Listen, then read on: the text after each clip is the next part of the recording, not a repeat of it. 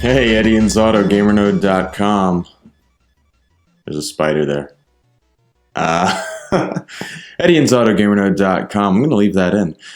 Today, I'm thinking about preventing the wrong guy from getting into office. What game am I talking about? It's Secret Hitler from Goat Wolf Cabbage, and it's a social deduction game where players play as either liberals or fascists, with one character playing as Hitler and trying so hard to become the chancellor under the president in order to win the game, while the liberals stop him from getting into office. There's a lot of lies, deceit, second-guessing, trickery, bluffing, begging people to believe you when you're telling the truth, and utter disappointment when you get the wrong hand of policies. It's a lot of fun, and I'll take it over a lot of other social deduction games. Let's jump in, take a look at it, and then I'll give you my final verdict. So in a game of Secret Hitler, all the players around the table will be dealt a role card and a party card. They can either be a liberal, in which case they won't have any special role, they'll be liberal and liberal, or they can be a fascist, in which case they'll either be a regular fascist or Hitler. Now throughout the game, we'll go around in a circle, and each player will become president in turn, and the president chooses a chancellor from the other players around the table. All the other players then have the opportunity to vote yes or no, whether they want this particular President and Chancellor team to go ahead and proceed with policy making. If they don't, the president passes along to the next player and chooses a new chancellor. If they do, then that president draws 3 policy cards from a face-down stack, looks at them, chooses 2, discards 1, gives the 2 to the chancellor, and the chancellor then must look at those 2 and choose 1 to enact while discarding the other.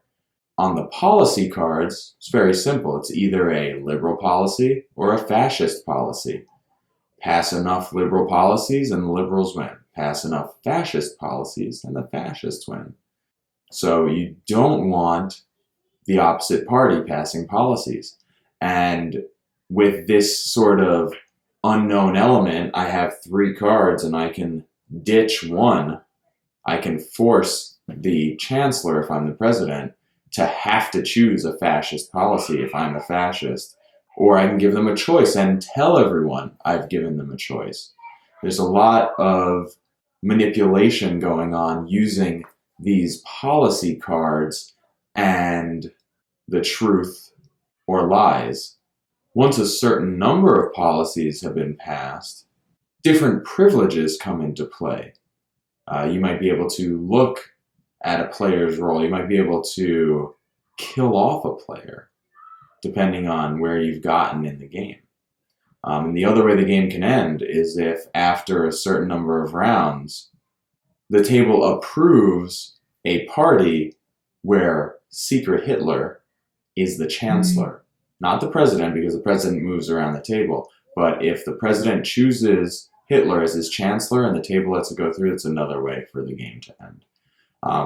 That's pretty much it. You just play until one team wins, either by brute forcing policies or by sneakily getting the Secret Hitler into the chancellor role. Oh, the other one is if the liberals choose to kill Hitler using one of those special opportunities, then the liberals win. And that's the game. So as social deduction games go, for me, this is way up there. This is maybe up at the top. I'm not a big social deduction sort of guy. I'm not a fan of the Resistance, Avalon. They just don't do it for me. But Secret Hitler has just enough of a twist and just enough hard information to play with and to go off of as whatever type of liberal or fascist you may be, that the game becomes a little bit more tangible and a little bit less BS. And I really do enjoy this one. I think having those 3 policies in hand and having each round consist of a different president and chancellor taking those policies, taking the 2, giving them to the chancellor, chancellor picking 1 and enacting it. I think using the information from what one player says to what the other player says and what you know about the deck full of policies before they run out and you have to reshuffle them, you can make educated guesses as well as play off of the players around the table. So it's just the right mix of social and deduction.